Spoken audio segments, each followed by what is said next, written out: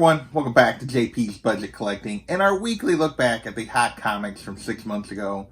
Today we're looking back at the hot comics from February 14th, 2020, and we're recording this on August 14th, 2020. So, as always, looking back at these comics is really about trying to understand what made these books hot, what's happened since, what they've done since, so that we all make better decisions about the hot comics that we chase or don't chase, and whether or not we should just have a little bit of patience with most of these books. As always, also, we're breaking down the CBSI Hot Top 10 Comics of the Week and the Comic Tom Key Collector Hot Comics of the Week that they do in their video. So, without further ado, let's get into this week's list. We got 16 books to talk about. And first up is our only kind of option news book of the week, and that is Bang #1. And this is the Ash Can that was sent out to stores at a limit of 2. And this was kind of optioned, maybe, possibly. There were rumors that it was going to be optioned. I don't know that it ever actually was. But it caused this Ash Can to be $20 to $30 basically at release. Back then I kind of said this was a trap, and it kind of turned out to be. It's now a $5 to $15 book, but there's been no sales since like July 7th. So very early in July, this book is down. There's been no real follow-up on this series. So yeah. With that, we're going to move into covers. Already we have several covers that made the list this week. First up is Marvel Tales Wolverine #1, the In-Huck Lee 1 in 50 Virgin variant. So the trade desk with this cover was, I think, the regular cover, and then there was a Virgin that was a 1 in 50. And this Virgin cover was going for 150 plus at release. I also thought this one was a trap, and it's been going for $40 to $50 recently. Although the most recent sale was for $120, but there hasn't been very many sales in the last couple of months, 4 or 5. And there's not very many listed, so there's not a ton of them out there. They're listing them still for pretty high. That's sort of why that one went for $120, I think. But people aren't really buying them for that, other than that one. Most of them have been going for $40 to $50 lately. So this one was definitely down and has dropped back considerably. It's a nice Wolverine cover, but there's a lot of those. So next we have Undone by Blood, or The Shadow of a One in Band #1. This is the Robinson 1 in 15 variant of that. And just a cool cover. I don't think there was any option news or anything related to that. I think there might have been a little buzz with the series, and this was going for $20, which for 1 in 15, $20 at release is not that much, but it made the list anyway. I thought this was a trap. It's now a $5 to $10 book. There's only been 6 sales since the beginning of May. Yeah, this one is definitely falling way back. Next, we go to a book that's on the list for the second week in a row, and that is Power Rangers Teenage Mutant Ninja Turtles #1, the second print 1 in 10 variant. And despite my disgust for these incentive second print everything, the market is supporting these books. We talked about this last week. I had called it a trap last week when it was less. By this week on the list, it was going for 60 to 70.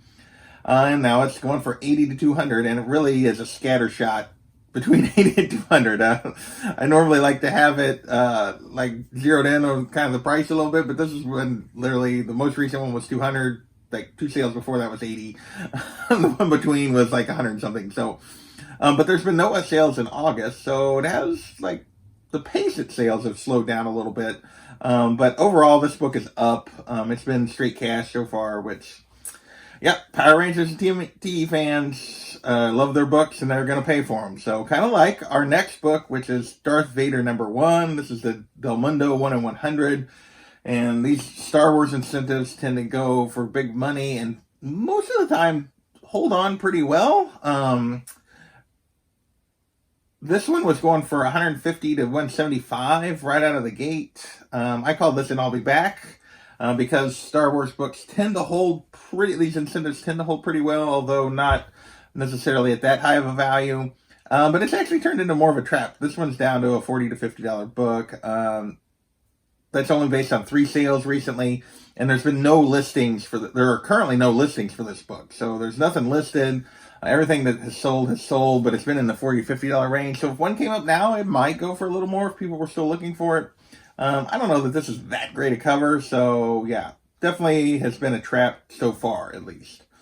Next, we have Venom number 23, the Scotty Young Creators variant with Stegman and Cates on the cover. And this was a popular book that people wanted to get signed, and because the two creators were on there, back then, right out of the gate, it was going for $15 to $20. I called it a trap. It's been more of an I'll be back. It's still going for $10 to $15. 9.8s that are signed, most of which seem to be signed by all three, or at least two of the three. Cates and Stegman, and then Young as well would be the third one. Are going for $200. 9.8 unsigned is only going for about $80. So yeah, it's still carrying pretty good value. So it wasn't quite as big a trap as I thought necessarily. So those are our covers. Next, we're going to move into some DC movie speculation. First up is a book that's on the list for the second week in a row, and that is Justice Society of America #1 from 2006. This is the first appearance of Cyclone, who's like Red Tornado's granddaughter or something like that, which Red Tornado's android, so I don't know. But anyway, back then this thing was going for $15 to $20 because of rumors that this character might appear in the Black Adam movie. And I thought that was a trap. It's a $5 to $10 book now. There's only been one sale since the start of July. So yeah, people are listing it for $5 to $10 and it's not even selling. So next, we're going to move to Batman 363, which is the first appearance of Nocturna. And supposedly she was going to make an appearance on the Batwoman show. There's been a lot of these over the years of villains and characters that are going to appear on these CW shows. They get a little bump, and then these books usually go right back to where they are. This book was going for $15 to $20 back then, with a 9.8 going for $130. I called it a trap, and now it's going for really $1 to $10. I put $5 because with shipping it's always basically $5, but $5 to $10. There was a recent sale for $20, which is really an outlier because all the other sales are under $10. Strange thing is 9.8s. There's only been 3 sales in the last 3 months, but they've been $150, $225, and $150, which is actually up. But you could buy this thing all day raw for under $10. I don't know why I'd pay. You could buy a lot of copies to try to get slabbed before you would need to buy a 9.8 for $225. But that's the case. So I wasn't sure what to put. I put down ? On the slide. I'm not sure what's going on with this book. Raw copies aren't going for very much. I guess because there's just not very many of them slabbed, that when the one comes up, people have been willing to pay for it. But yeah, I wouldn't be. Next, we have Star Wars Heir to the Empire #1, the first appearance of Grand Admiral Thrawn and of Mara Jade. This book was on the list like 2 weeks ago, and now it's back. It was up to a $40+ book with a 9.8 hitting $275. And we've talked about this. I underestimated a lot of these Star Wars books. I call them I'll be backs, thinking they would kind of come back a little bit. This book is up 40 to 100 raw, 500 for 9.8. This is a big book. People are still specking hard on Star Wars, and yeah, this one's been straight cash so far. Next, we have Legion of Monsters #1 from the 2011 run. This is actually the third series of Legions of Monsters, and there are no first appearances in this book. What made this spike? Jared Leto posted a picture of him reading the trade that has the same cover and said research ? And so people started jumping on this particular issue. This went from a $1 bin book to a $20+ book. I call this a come on man. This was dumb. Like, there's no first appearances with this. Just because he's reading this issue, maybe they do this storyline or whatever, but if the Morbius movie is a success and they do kind of a Legion of Monsters type thing, but why would you go after this particular book other than the photo? It's crazy, and this is now a $5 book again. 9.8 recently went for $50, which I don't know why, but it did. Yeah, this book has come crashing back down. Next, we will move into Spider-Verse news. Mostly start with on the Sony side a little bit. And basically, first up is Spider-Woman #1, and this hit the list because there were casting rumors that Sony was looking for a Jessica Drew for upcoming Spider projects. It was kind of unclear if it was for like the Spider-Verse animated stuff or for like a Spider-Verse movie, live action movie to go alongside the Venom kind of movies. Either way, back then raw copies were hitting $50. 9.8s were up to $250. I call this an I'll Be Back because there's a lot of these. There's a lot of these in high grade. This book is fairly easy to get. And now it's $25 to $80 for raw. So the raw copies are sitting about the same spot, but the 9.8s are down $150 to $200. So you can definitely get them for under $200. So 9.8s are down. Raws are still kind of sitting in that same range. So I'll Be Back seems about right for this one. Next, we have Marvel Spotlight #32. So same thing. This is her first appearance, whereas Spider-Woman 1 is her first solo title and her origin. This is her first appearance of Jessica Drew. Back then, raw copies were averaging around 100. 9.8 hit 15.25.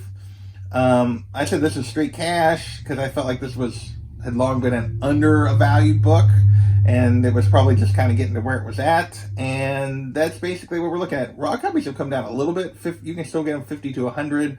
Really high quality ones sometimes go for almost 200, but most sales have been in the $50 to $100 range. But 9.8s again are up $1,600 to $1,700. 9.4s are running $250 to $300. So overall, this book is up just a little bit, or about the same in the last 6 months. So quality book, definitely one worth checking out if you don't have a copy yet. Finally, we're going to move to MCU stuff, and we'll start with Disney Plus. And this is Miss Marvel #12, the first appearance of Red Dagger, and there was rumors that this would be a character that would be used in the Miss Marvel show on Disney Plus, and caused this book to jump to a $15 to $20 book. I thought that was a trap. It's been sort of a trap to this point. It's down to a $5 to $10 book. Not any kind of, no real current rumors with the show. All these shows have been pushed back. I think by now we might have actually had casting news and some other stuff if all the without COVID and all the shows being pushed back and delayed, but nothing going on here, so this book has dropped back. Next, we have Ghost Rider #1 from 2011, and this is the first appearance of Alejandra Jones, the first female Ghost Rider. And this was based on rumors that this is the version of Ghost Rider that was going to show up, or at least one of the versions that was going to show up in the Doctor Strange Multiverse of Madness movie. And back then, this book jumped up to $30. Again, I kind of refer to it as a trap. This book is now setting $10 to $20, so maybe it's an I'll Be Back. It's still occasionally going. It's still going for $20 fairly regularly. So there is definitely still some value here. 9.8s are kind of 120 to 150-ish range. So some value here, but definitely down from the spike when rumors first hit. Next, we have Giant Size Defenders #3, first appearance of Korvac. And this was more Christian Bale rumors. So we've had books hit the list recently, and these lookbacks about Dario Auger and Gore and Beta Ray Bill, all tied to that being the character that Christian Bale was going to play in the MCU and in the Thor movie. And now it had shifted to Korvac as the character that he was going to play. So back then, a raw copy went for over $200 for $215. 9.2s were going for $325. I said this was an I'll Be Back. You could almost refer to this as a trap on raw copies. Raw copies now can be had for $30 to $80 in pretty nice condition. 9.2s are now sitting about $300, so about the same. So I would probably consider this still an I'll Be Back. But yeah, no additional rumors related to Christian Bale and which of these many characters people are specking on that he's actually going to play in Love and Thunder, and that's because everything's being delayed. Next, we have Avengers Annual #10, first appearance of Rogue. And this was rumors that she would be the first X-Men or mutant to make an appearance in the MCU. in Captain Marvel 2 being what people were thinking, and this caused this book to spike. Then raw copies were jumped up to 80 plus, 9.8 at 750. I refer to this as a straight cash homie because a lot like that Marvel Spotlight 32, I thought this was a book that had long been kind of undervalued with the importance of Rogue, and that seems to be in the case. It's still setting 40 to 100 for raw copies, so kind of still in that same range, depending on condition. But 9.8s are actually, they kind of dropped a little bit and they're back up. They're 859. Been running 850 to 900, but the most recent sale was actually 970, so definitely had jumped up some more. So that's this week's list. Did pretty good this week in terms of my predictions. There's several good books here with the first appearance of Rogue, first appearance of Korvac, those Spider-Woman books, but there's also just some really crummy books in terms of that Legion of Monsters and that Batman 363. Yeah, some of them just didn't do very good. I want to thank you guys for watching. Hopefully you got something from this information, and we will catch you next time.